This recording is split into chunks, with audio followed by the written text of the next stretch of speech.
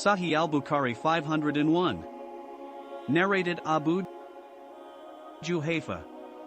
Allah's Messenger came out at midday and offered a 2 rakat Zuhr and Asr prayers at al-Batha, and a short spear, or stick, was planted in front of him, as a sutra. He performed ablution, and the people took the remaining water left after his ablution and rubbed their bodies with it. Sahih al-Bukhari 502.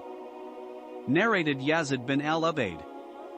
I used to accompany Salama bin al-Aqwa, and he used to pray behind the pillar which was near the place where the Qurans were kept.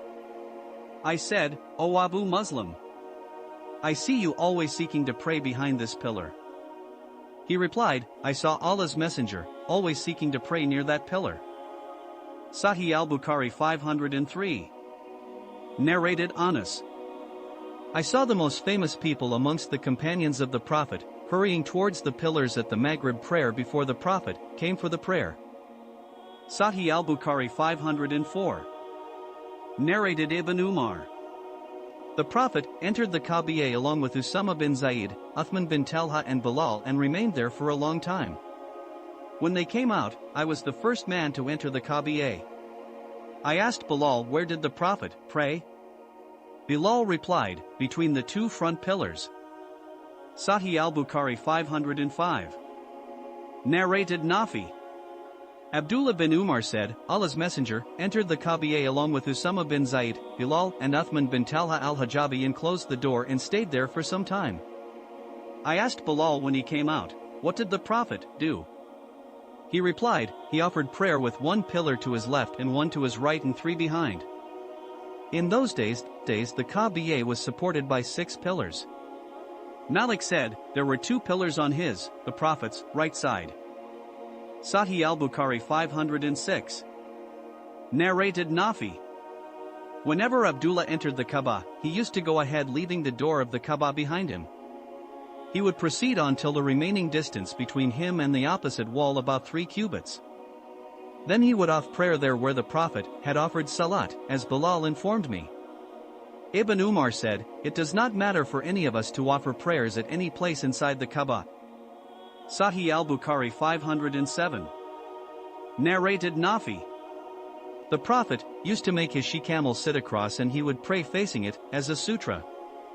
I asked, what would the Prophet do if the she-camel was provoked and moved? He said, he would take its camel saddle and put it in front of him and pray facing its back part, as a sutra. And Ibn Umar used to do the same. This indicates that one should not pray except behind a sutra. Sahih al-Bukhari 508. Narrated Aisha. Do you make us, women, equal to dogs and donkeys? While I used to lie in my bed, the Prophet would come and pray facing the middle of the bed. I used to consider it not good to stand in front of him in his prayers. So I used to slip away slowly and quietly from the foot of the bed till I got out of my guilt. Sahih al-Bukhari 509. Narrated Abu Sa'id. The Prophet said, what is ascribed to him in the following hadith? Narrated Abu Salih as-Saman. I saw Abu Sa'id al-Khudri praying on a Friday, behind something which acted as a sutra.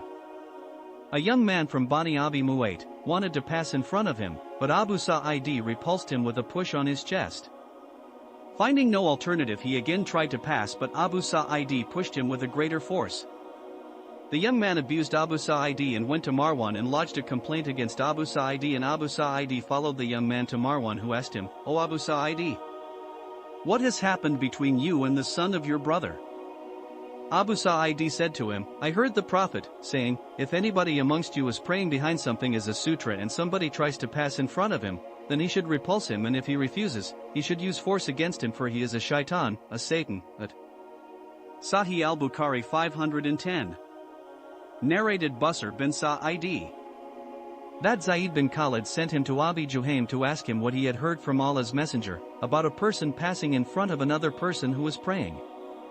Abu Juhaym replied, Allah's Messenger said, if the person who passes in front of another person in prayer knew the magnitude of his sin, he would prefer to wait for 40 days, months or years, rather than to pass in front of him. Abu Nader said, I do not remember exactly whether he said 40 days, months or years.